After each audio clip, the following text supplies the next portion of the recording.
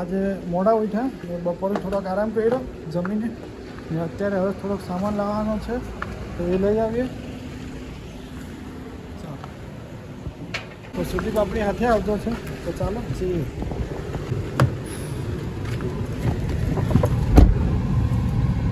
આજે સામાન થોડોક વધારે લાવવાનો હતો તો એક્ટિવા પર આવે એમ હતો નહીં તો ગાડી લઈને જવા પડ્યું હતું ને આપણે અત્યારે આવ્યો હતો સુદીપ તો સુદીપને ઉતાર્યો બ્રિજ પર ને આપણે નીકળ્યા કેફે બાજુ જવા માટે. કેફે બધી ઘરે જમવા આવી ગયા છે જમીને પાછા જઈએ એક બે વસ્તુ લઈ જવાની છે એ લઈને આવી ગયા. માર્કેટમાં એક બે વસ્તુ લેવાની હતી. માટલા પાસે આવ્યા, માટલામાં પાણી આવતું હતું, લાઇટ બી થતી હતી પણ માટલું ફરતું નહીં હતું અને પહોંચી ગયા પેટ્રોલ પુરાવવા માટે.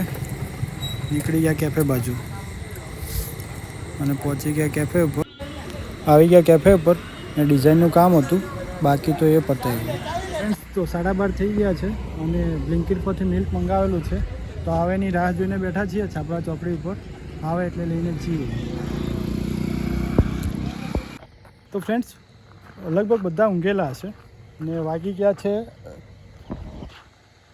3:17 કારણ કે હજુ કેફેની સાફ સફાઈ ચાલુ છે તો વાગશે અમને અહીંયા જ 4, ઘરે જતાં વાગશે 4:30, ઊંઘતા વાગશે 5. તો કેફેવાળાની લાઈફ કંઈ આ રીતના હોય છે.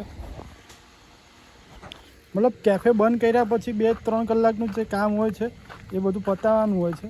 પાછા આજનો વિડીયો આટલા સુધી. બ્લોગ ગમ્યો તો લાઈક કરજો, શેર કરજો અને સબસ્ક્રાઈબ કરજો. સવાર પડી ગઈ છે પણ આપણે હવે સુઈ જઈએ. Good night, take care.